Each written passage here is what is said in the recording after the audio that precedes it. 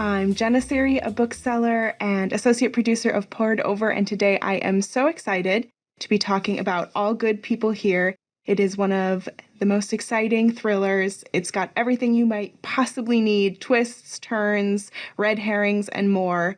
It comes from the minds of Ashley Flowers and Alex Kiester, who are two people that I'm excited to have with me today. So, Ashley, Alex, thank you so much for joining me. Thanks for having us. To. Yeah. All right. So I feel like this book has been out in the world for a little bit in hardcover. We're about to get into the paperback. So I'm sure some people have already read it, but a lot of people haven't. And so I'd love to get a sort of spoiler-free intro to the book, setting up just some of the characters, the plot, all that good stuff. Sure. I'll jump in, and if I miss anything good, Alex can help me.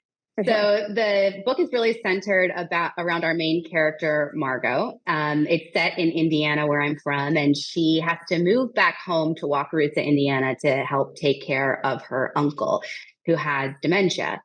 And in doing so, she's a journalist. She's always been kind of fascinated with this case of a girl that she grew up with who was murdered.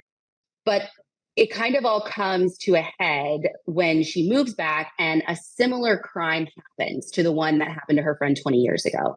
And she kind of sets out to try and solve it once and for all. And I think that's like the best I can do without spoilers. For sure. I mean, that was enough to draw me in. And obviously, a lot of our listeners are saying, Jenna, you forgot to mention something very important. And here's the thing. I want to talk about you all as writers and about as creators of this book, but I think many of our listeners are going to be like, doesn't Ashley have a little podcast that people may have heard of? And of course, you have the Crime Junkie podcast and your entire podcast network, AudioChuck, which is huge and does amazing work and is something that I think so many of our listeners will have come back to again and again and again. But I'd love to sort of hear about the journey from one to the other and how you both started writing mysteries and reading mysteries. I know for me, it's something that was like handed down in my family. Yeah. And my mom always read them and I would like take paperbacks. And so I'd love to sort of hear how you all both got into crime fiction, mysteries, all that good stuff. Alex, you want to start? Sure, yeah. I always knew I wanted to be a writer from the age of like 7, literally. All of my old like childhood diaries are full of fictional stories. And I honestly didn't realize that that was a bit unusual until I was an adult and started talking about it with my friends. And they're like, no, my diary, was full of life. full of my life. Exactly.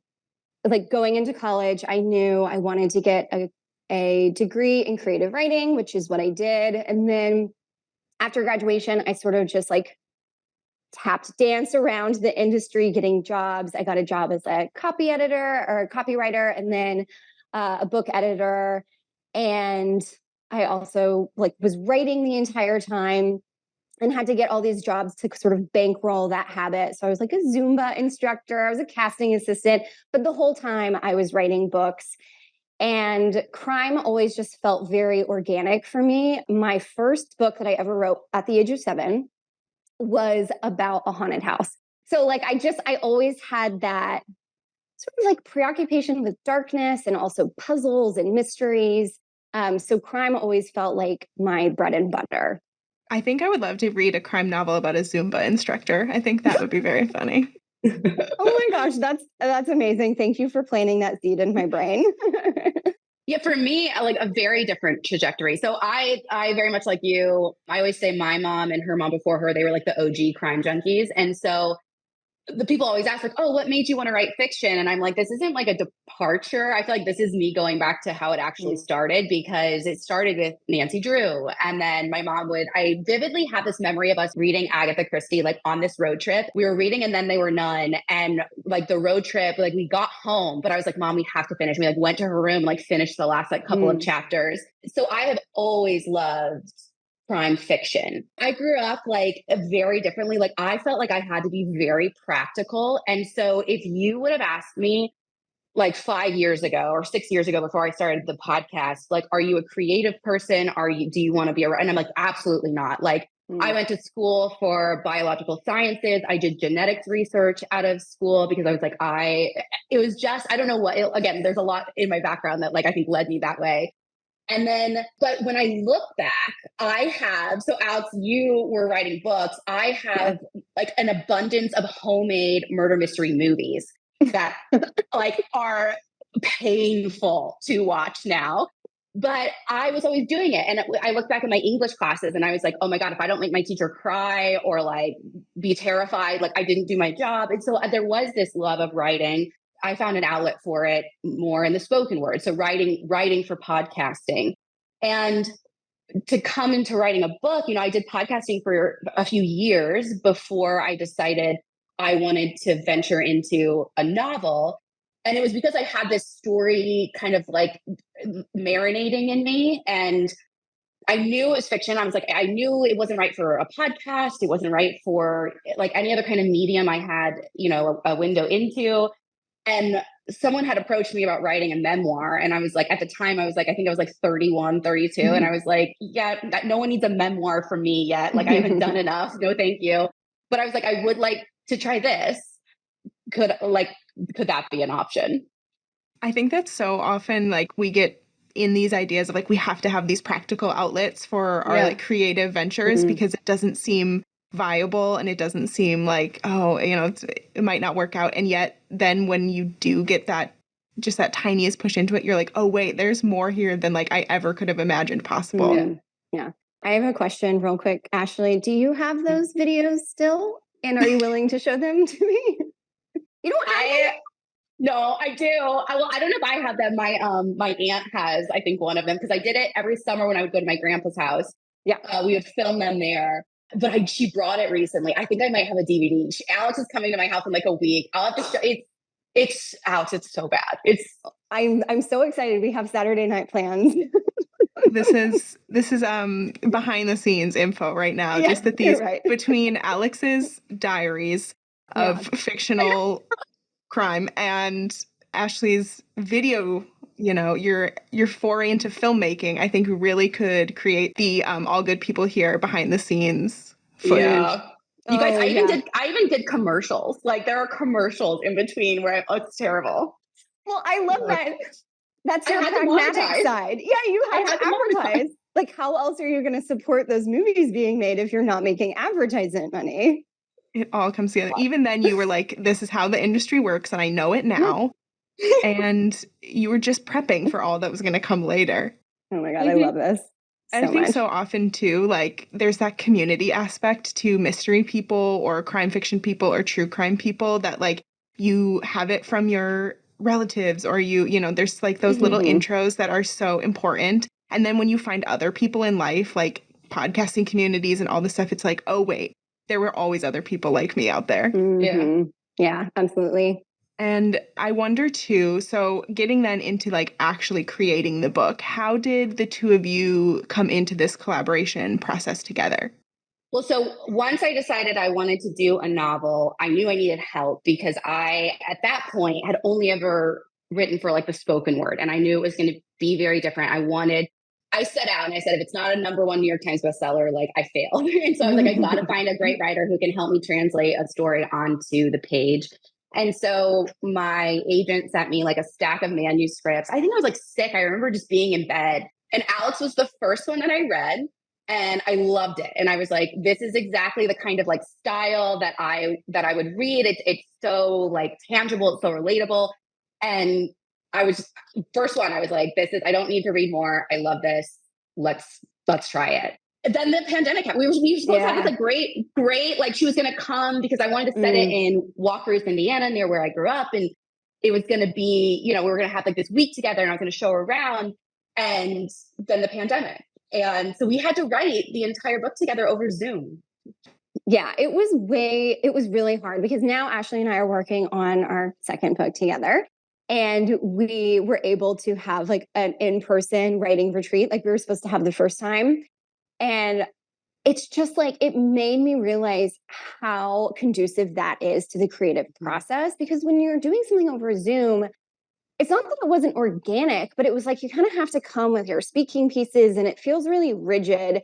And then when you're in person, we were able to have those moments where we were just like quiet, like drinking coffee. And then one of us would have like, oh, I have an idea moment. And then we were able to talk about it. So it felt so much more fluid. So I feel like it's a miracle that we managed to write the book that we did, because we were separated by so many miles, but we made it work. We joke, we like did it at the worst time in like both of our lives. We say we met the worst versions of each other.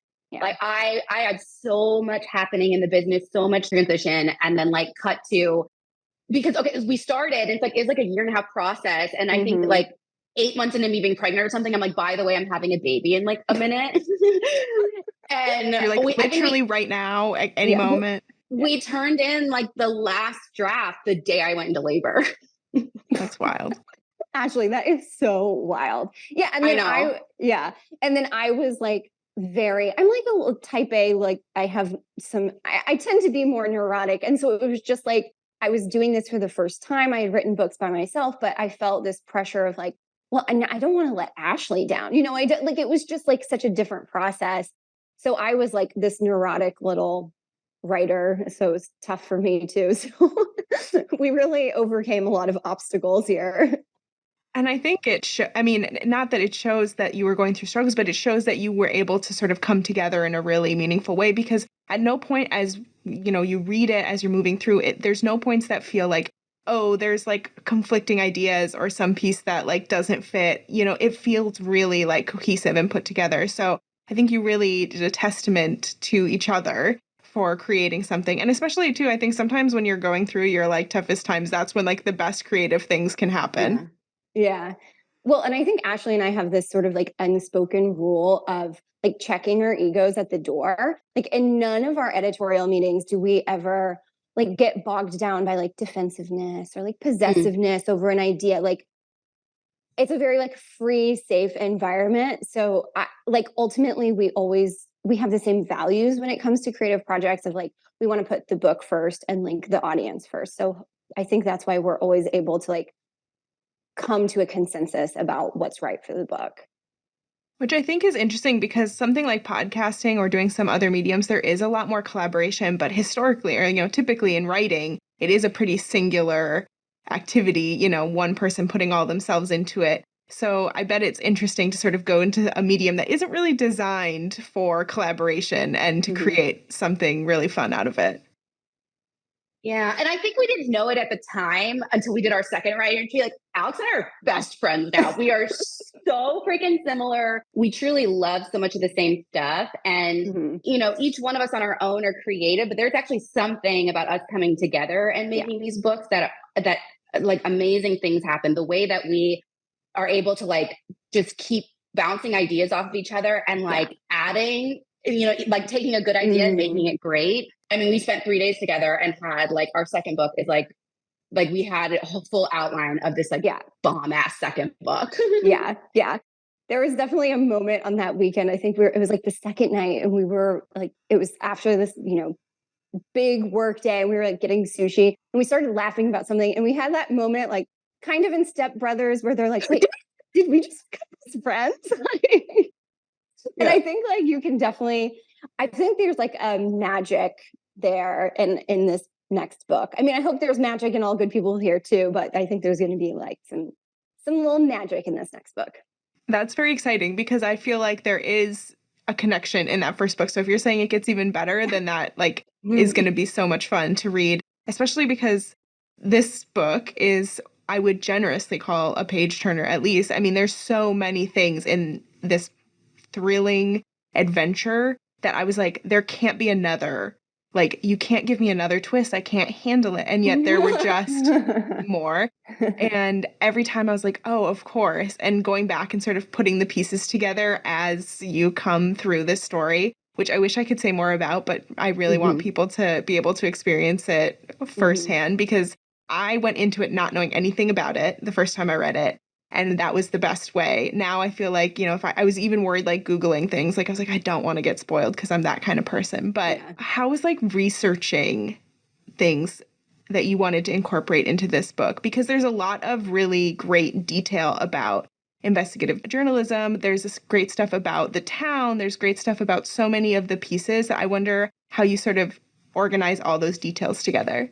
Well, so, I mean, to start, it was really important for me that it felt authentic. So, I knew I wanted to set it where I grew up. So I actually picked the town that, for people who do listen to Crime Junkie, my co-host Britt lived in. So I spent like so much time there, but it's this very teeny tiny, quaint town just outside of where I actually grew up. And so I wanted to make that seem authentic. So obviously I knew a ton, but I also connected Alex with Britt to like make sure it really came across what it's like to like spend every waking moment there. And then it was really important for me. I was like, my audience expects, I'm true crime. So like nothing in this could be forced or faked. Like it was one of like my big pet peeves when I read or watch anything where I'm like, that's not how it really happened. Like that detective's just not gonna like give you what you want or hand the file over. Like, and while it makes for easier writing and getting you moving forward, it was really important to me that it had to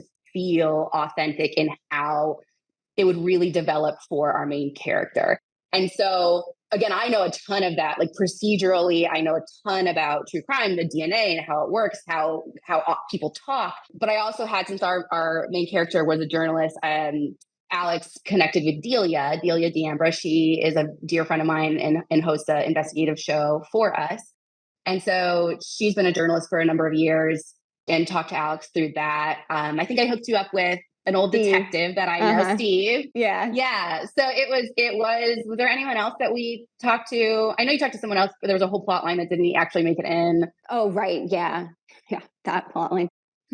Yeah. I mean, I think, for me, like the biggest answer to that question is like Ashley, like in general brings so much authenticity. And like she said, it does make it harder. So sometimes I'll be like, can we just like do this? And she's like, no. And I'm like, okay. Like, obviously, like I want to do it right. But it's just the level of authenticity that I think it's hard to find like in other books because it's really hard to research that. I mean, I've written crime fiction before and I've done hours and hours and hours of research, and there's just a level of authenticity that is really hard to establish without somebody who's kind of like in that world, which Ashley, of course, is. But yeah, I mean, so I talked to Ashley obviously a bunch for the setting, and yeah, we talked to Britt. Britt was fantastic. She would do like videos of the local grocery store, which I thought, I mean, how much different can a grocery store be? Let me tell you.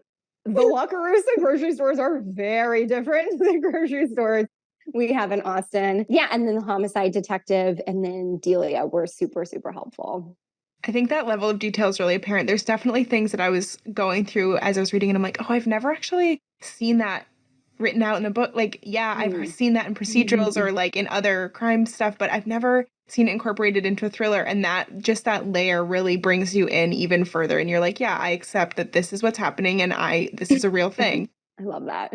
And also the thing that got me so connected to this book was Margot herself. Just like her voice is so good and so strong. And I really was like, as soon as I started to learn who she was, I was like, oh, I can definitely be on board with this girl. I know who she is. So I want to talk about sort of how Margot came to be in the way that she is now, her voice, sort of all the pieces of her.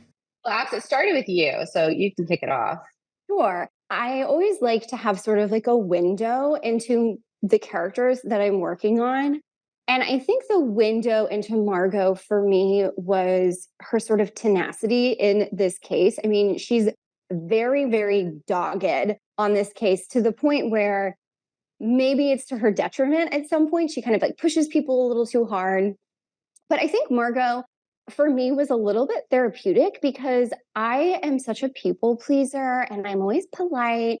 And I found when I was like writing some of her actual dialogue, when she's like pushing up against people, I was like, this is what I want to say. When I'm trying to get to the bottom of something or like, I want to push back. And so I felt like it was just sort of this like organic voice of like that most like dogged, most kind of like brassy a little bit woman that is inside me. And sometimes I don't always let out. So I would say that was my window into her.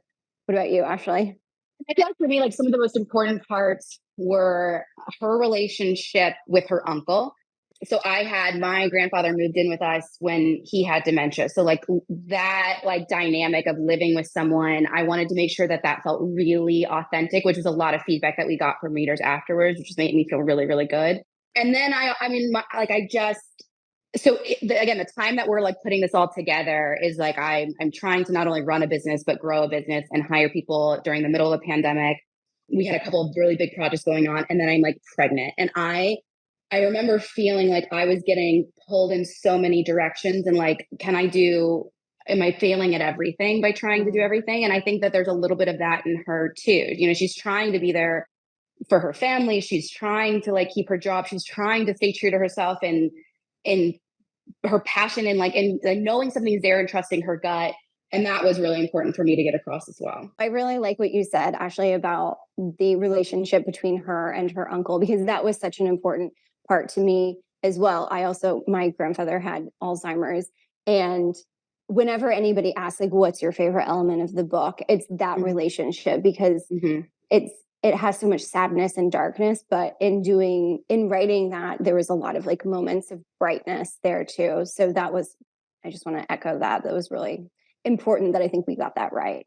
I definitely think it helps to make her deeper than sometimes the leads we get in procedurals. They can be a little like one-sided, or they can be a little like cookie cutter of, okay, this is the kind of person that is investigating a crime, or especially in, some of these big series where we've got characters over years and years and years, but you give us a really good snapshot into who she is at this moment. And it really makes the reading experience better because yes, there's all these crazy other things that are happening, but if we're not caring about her, it's really hard to be in her world fully.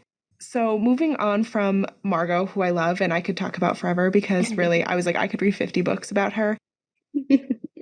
I love the way that this book is propulsive. I mean, all thrillers are on paper supposed to have all this suspense and all of these twists and turns, and they can have that.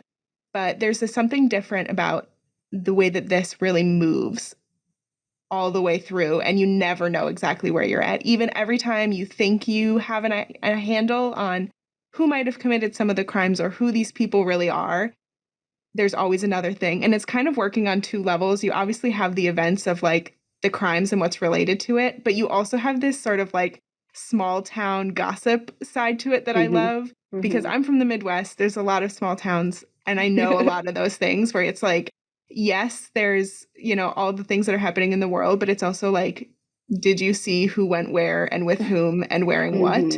That I love those inclusions as well, that sort of make the small town feel like a character all in itself. Good. That makes me so happy. I know. I love that. And so I wonder, I guess my thought is just, how do you go about creating all those suspenseful moments into something that feels realistic, and how do you sort of propel that through? I give most of the credit to like the pacing of the novel to Ashley, because she's such a keen eye for like, this is dragging. And so, I mean, Ashley gets a lot of credit for that tight pacing. Well, and I think that for me, it comes back to having lived in like the real stories for so long, and not only like personally living in them and knowing what I find compelling and what I find like the twists that take my breath away in real cases, but having had an audience of millions of people give me like almost instantaneous feedback for, years leading up to this.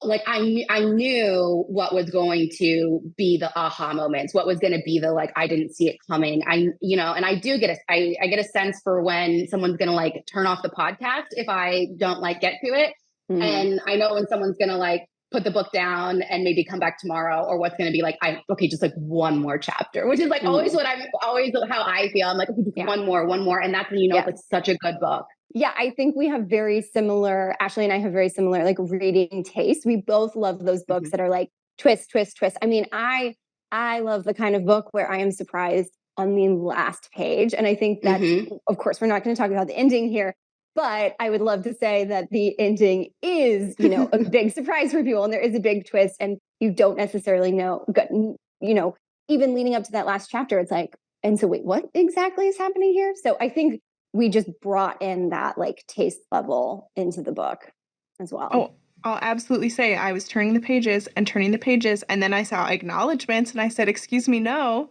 there needs to be more pages. So there are things about like traditional literature that like I just don't like, and I like this is where like sometimes we'll like go back and forth, and sometimes I give up, and then sometimes I'm like fight for it. Yeah. And it's one that I fight for is like I'm like a terrible reader because like I don't like wrap up chapters. Like so if once I know what happens, like I'm done reading. Like I'm sure everyone's happy, bow on the end.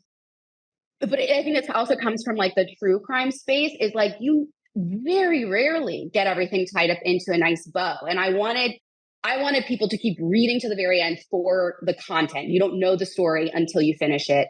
And I wanted them to leave with a sense of unease and you know what I mean? Like the way that like you actually do leave most of our podcast listening to. It's like not like it's the real world and not everything's perfect. And you don't always, I'm going to stop talking.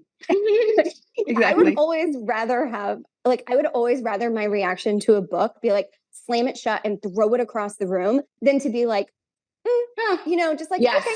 So I think we were like always, it's so funny because the ending is so polarizing and people were always like, oh, like, how did you know you wanted to do that? And I was like, that's one of the things that Ashley and I knew from the very beginning. We always knew how it was going to end. Like the middle changed a lot, but the ending was always the same. Yeah. And it's not a typical thriller ending. Like you said, it's not something that you anticipate going in. And yet when you get there and everything clicks, you're like, things that are happened 22 chapters back, you're like, oh, and it's satisfying in a different way because all of the pieces have moved into where they need to be. And it makes a lot of sense. I think especially because you do different POVs as you go through. You've got these two switching sort of back and forth between the past and the present, I guess. And it really sort of brings multi dimensions to this where you're like, I feel like you give us all the pieces, but you make us work to put it together ourselves. Good. Yeah, I love that. And I love the character of Chrissy in a lot of ways as well. Readers will go up and down with her through the book, through the journey, but you've created complicated characters that have narratives. They've got starts and finishes and they grow in between. And I think that's something important in thrillers and I think important in crime fiction to understand that like not everything is exactly as you see it right at the beginning. And you have to put aside a lot of your own judgments and your own biases in order to see like what's actually there. Yeah, it was a big part of the theme of All Good People here is like this idea that you don't know what's happening behind closed doors. You don't know people's own stories or motivations, and not, the truth of life is like no one is all good or all bad. And sometimes you have good intentions that result in bad results that make, if someone doesn't know who you are or every detail, and you can't always explain yourself, make you look like a bad person. And so that was really, I think, important for me to capture, because we know one of the themes, like, even though it's a fiction story, like I hope themes are taken away by the reader that like apply to real life. And I've seen the way people make assumptions and reattack people who have already been victimized by making assumptions. And I hope to kind of like, even if it's a fictional character, like give a little bit of a glimpse into those homes and those places that we don't get to see where all that like nuance happens. Yeah. So Ashley and I are both obsessed with Gillian Flynn. And there's a quote from her she said something like, I'm going to write female characters who you might not always like, and that sometimes they may like scare you, something like that. And I always love that because historically, there's such a premium on female characters having to be likable, like there's so much criticism of characters like, oh, well, I just didn't like her. And I'm like, I think that's really that's an interesting reaction. Like, why do you think you have to, necessarily like every character? And like Ashley said, like our characters are complicated. We're not in the business of writing like simplistic characters. And I think, as you said, it really comes through in Chrissy's whole narrative arc, and you see her change and grow a lot throughout the story. And so much of this story is about not necessarily those exact moments where a crime may have been committed, but all of the like interconnecting pieces that lead someone there or lead a town there or make the conditions right for something like that to happen. Like, especially in a small town setting where secrets are a premium, that sort of creates these conditions for something like this to happen and not be solved because everyone withdraws and pulls away. And I think you really showcase that well. Thank you. Yeah, thank you. Mostly because I love small town stuff, because we see so much, we see so much crime fiction, I think, take place in these huge cities. You see crime fiction in New York and Chicago and DC and all these other places, but it sort of leaves by the wayside a lot of people who are living what we would consider normal everyday lives, who still have these things happen in their own communities. And we have to look at those too. It opened up a lot of like opportunities to write fun kind of side characters. I know Ashley in particular loves Linda. I just said I want to play Linda in a movie, even though I'm too young. I am here for you playing Linda, Ashley. I will advocate for that until my dying breath. Thank you. We have so much AI technology now. We can age you up to fit. I'm sure. And, or we it'll can be fine. just, yeah, it'll be great. Or we could be like, this is Linda Jr. She's Linda's daughter. Linda's my mom. Yeah, exactly. And everyone just doesn't ask questions. And they're like, yeah, that's Linda Jr. Yeah. I mean, I think that's great. I mean, there is so much cinematic, like, energy to this. And there's so many moments where I'm like picturing it in my head like I would on a big screen. And that's like the most fun, I think, of like crime fiction for me and mysteries, because it just innately has that playability in your head. Yeah, I love that. Something I guess maybe one of the things I love the most about this book in comparison to a lot of other crime fiction is the way that you're never really focused on the people who may perpetrate crimes. This is really about victims, and this is about the people that are affected. And I think that that's so important. I think so often in a lot of this space, it can get skewed into gruesome details and all that stuff. But you really make sure to center the people that are the most affected. And I'd just like to, I guess, talk about that as a concept, I think, because it's something that I know comes up a lot in your work, Ashley, and is something that you're really focused on. And I think it's really important, especially as we have like younger generations of people getting into crime fiction and mystery and true crime, to sort of start them on the right foot and be like, look, we've done a lot of stuff in the past and there's been some stuff out there that has not always focused on the right things, but now we're going to do what we need to do. Yeah. And I don't know, I mean, I want to say it wasn't intentional. Again, I wanted to focus on these themes, like you don't know what's happening in family. And it wasn't like, oh, we're not going to focus on the perpetrator. It's just what I like live and breathe and believe. And so I think it just came through in that I don't find like the psychology of serial killers fascinating the way that some do. So because I don't have an interest to really like break apart that psyche, like it just never even occurred to me that like to spend time there. The world that I live in and working with real victims and real families is that world. And again, that's what I know. I don't know, I don't study BTK or Jeffrey Dahmer. I don't even think I could have done that authentically. And I think there is a place for people who study that. It's not me. Yeah. And speaking from like a fiction standpoint, I always say like, I'm not really interested in seeing bad people do bad things, because you expect bad things from bad people, right? So I'm really interested in good people who do bad things, because I think we all like to think of ourselves as good people. But I think circumstances are so much more powerful than we realize. And I think if we just kind of like, as a writer, we like put ourselves in certain characters' shoes, like, well, what would I do in that situation? And I think we just use this book as an opportunity to explore that. You definitely give readers a lot of opportunities to put themselves in that moment. And there are some incredibly tense moments and decisions where I'm like, well, I don't know if I would have made that decision, but I can see why it's there, and we'll see what happens next, which is something that is so important, I think, in literature, like understanding why people make the choices they do. And it can be in genre fiction. I think so often people are like, well, we go to literary fiction for these things, or we go to certain places, but these are real people and doing real things just the same. And there's so much merit in a mystery to teach us about the sometimes wild ways that humans react when they're put under pressure. Yeah.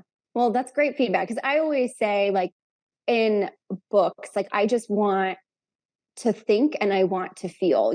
That's what I want from a book, and that's what I want readers to feel. So that's really nice to hear that it did kind of put you in that position of like, well, what would I do?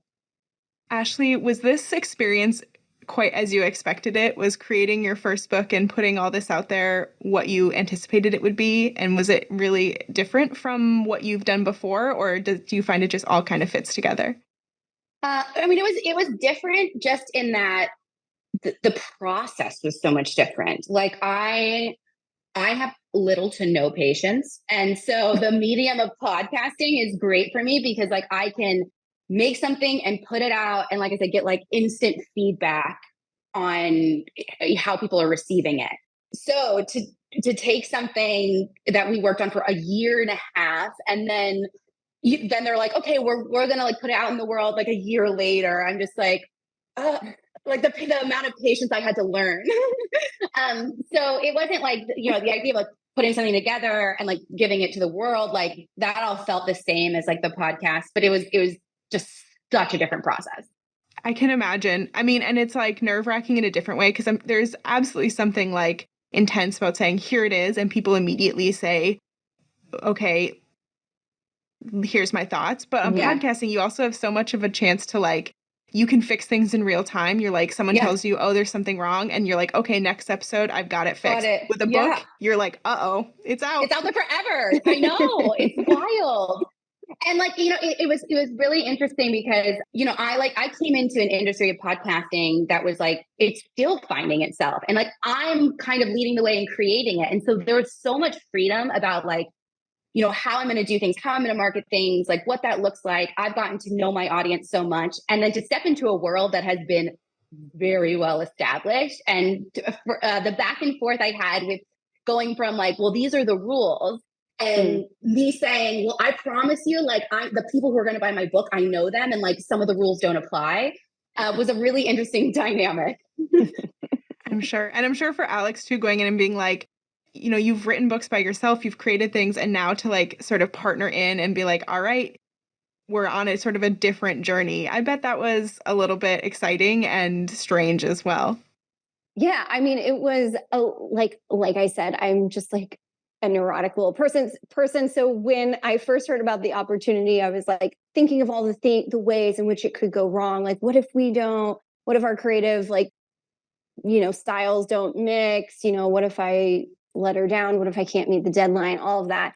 And then once I kind of started talking to her, like over the phone, I was like, okay, I think this is going to work. Like, I like the idea. And then of course it did. And I will say, like, writing a book with somebody is way more fun than writing a book alone. So it's been great. You get to have an extra outlet for all those thoughts that like bubble up as you work through. Yeah, you're just not alone in the process. Like Ashley and I text a lot and we have meetings all the time. And it's like, it's just nice to have two brains on every problem. And like she said, we've become really good friends. So it's like, it's hanging out. It's at the same time, like hanging out with a friend while we're also producing such a product that we're like so passionate about. And that's great. I mean, I think that's all we can ever hope for. I think you can really tell when you're reading something or listening to something when the people who are creating it have a passion in it. Like you can feel when they put their own soul and their own like care and love into it, and it makes it better. So I have to ask, how does it feel now going into the paperback release of the book? Like it's been out for a while, the reception is so good. How has it felt to sort of have that response as you've been going through this past, I guess, year, a little more? What do you think, Alex? Ashley and I were talking earlier. We were like, this book feels so long ago. Like we're knee deep in our next book. So it's so interesting to spend like all of my time and energy on the next book and then like, oh, right, talk about this other book. So like, to be perfectly honest, like it feels far away, but I am so excited for new readers to, come to this story because when you talk about it, you're like, oh yeah, I do really love this book. And I love all the twists and turns. And I love people to experience that ending. So it is very exciting. Yeah, I'm hoping that we get a little bit of that like influx again of new people finding it, because that was truly my favorite part. I knew what we were writing was gonna hit the spot for Crime Junkies, like no doubt in my mind.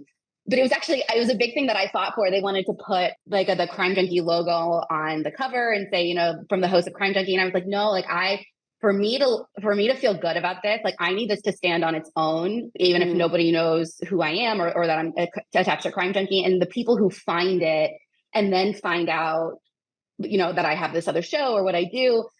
So I'm excited, like potentially for that again, because I think the paperback will reach a new subset. And I know the Crime Junkies have already read it. So I'm excited to see who it finds next. And I bet the Crime Junkies are still going to be going out and getting their paperback copy. If I know, They're the best. Yes. Like I can't tell you. So many people were like, "Well, I bought one, and then I saw that you were doing a signed copy, so I bought another one." So you guys are the nicest. And I feel like book people are also so many book people are also podcast people. And I feel like there's always that like collector aspect of you're like, well, when I love something, I need to have it in every way that it exists. But I think it's also important to be like, this isn't a Crime Junkie novel. This isn't like a novelization of something from the podcast. This is something that stands on its own. It feels like a piece of any other, thriller group that you'd have. Like, this deserves to stand right there with them. I think it's great. Whether it's just like, oh, another podcaster writing a book, or it's so much more beyond that, because it has true motion, it has true feeling, it has all of that. It's something really special. Thank you. So we talked a little bit about influences, about books that you've loved and mysteries, but I wonder if there's anything else you'd like to say about anything that really influenced this book, or something you're reading now that you love, anything you want to just talk about your literary influences. I mean, literally, we already talked about Gillian Flynn. Like, I can't tell you the amount of time Alex and I have talked about Gillian Flynn. Like, it is excessive. It's like, and not only, I mean, again, her stories are just absolutely fantastic. Her characters are fantastic. But I heard something recently that I actually told Alex, where I heard Gillian say that like nobody wanted Gone Girl. Everyone's like, don't want it. Like, this isn't like a good book. She like finally got someone to pick it up, and it ends up being like the best thing. And so it's a little bit of my like inspiration and driving force when someone's like, that's not how it works. That's not what you do. And for us to, she's who I point back to and say, well, Gillian did it, I can do it too. Absolutely. Yeah, I obsess about Gillian. I mean, Ashley and I, like, literally every time we're together, we're like, okay, wait, so Gillian, we talk about it on our writing retreat. I brought all the Gillian Flynn books for inspiration. And one morning I just was like reading it out loud to Ashley, like over our coffee. We're like, oh, so good, so good. She's like, one day if I could write an opening line like this. I love that. I could see Margot out there in Sharp Objects or in Gone Girl. I could see her sort of running over into another world, because it has sort of that, like, there's depth, there's darkness, and it is truly like a woman's story in a lot of ways. These sort of pieces that come together. I can see them all working in one way. I love it. Yeah, and I feel like I literally try and read as like everything that comes out, because I mean, you got to know what's happening, right? You got to know what's out there. You got to know what people are doing, because if you don't know what's already been done, like, how are you going to surprise people? Which is such a big part of it for me. Like, how do I make sure you get to the end and you're like, you got me? Yeah. Yeah. I mean, I talk about Gillian Flynn all the time, but there have been fabulous thrillers that came out this year. Like, some highlights for me were I Have Some Questions for You by Rebecca Makkai. I just finished Bright Young Women by Jessica Knoll, which so good. Riley Sager's latest book, The Last One Left. So, I mean, yeah, like Ashley said, like, I try to read everything that comes out, especially thrillers, to know like what the landscape is like. Right. Because I feel so many thriller readers too, they're reading everything. So I imagine it's like that thing if you're like, I have to know, because I can't accidentally put something in that's already been out there. Yeah. It always has to feel fresh. But I think that comes so much from the voices that you put into this story, and the way that it's sort of framed a little differently than a lot of other thrillers. It keeps it very fresh as you're going in. Like I said, I was reading beyond the last page. I was flipping the cover. I was looking under the dust jacket for more. So you've hinted a little bit that there's another book coming. Mm-hmm. Is there anything you can share with us? If not, just say, Jenna, no, of course not. You have to wait like everybody else. But I think we can a little. We can share like one of the themes. So the next book is really, I can share with you, it's not a sequel. That's the number one question everyone asks. Yeah, sure. Is it a sequel? And no, we wanted a new place, new characters, a new story, something to get our juices flowing and excited again. And plus, like literally, like as soon as I'm done with the first one, like that second story is already like building inside of me. Like we're getting real close to being done with this one. Like I've already got the third one. Like which I'm like living in that one now. I'm a little, again, I have no patience. And one of the themes that we really wanted to explore was the relationship between sisters. We hadn't seen a lot of that in the thriller world. There's actually been a couple of things, I think, since we started writing that have come out, but it really centers around the bond of sisters. And I think that's like, without giving away too much, it can at least give you a little taste. Yeah. I love that. And it's set in Indiana again. Yeah. I love that. I can't wait. I think people are going to be so excited to hear that there's something new. I think there are going to be people screaming into the air that it's not a sequel and that there's not more there, but that's fine. And they're just going to have to get over it. But I know that whatever it's going to be, it's going to have twists and turns and things I never even expected. So we're all very excited. And I can't wait for people to get their hands on the paperback of All Good People Here. I can't wait for them to sort of dive into this world if they haven't already been there. So Ashley and Alex, thank you so much for joining us today. Yeah, thank you for having us. Thank you for listening. Poured Over is a Barnes & Noble production. To help other readers find us, please rate and review the show wherever you listen to podcasts.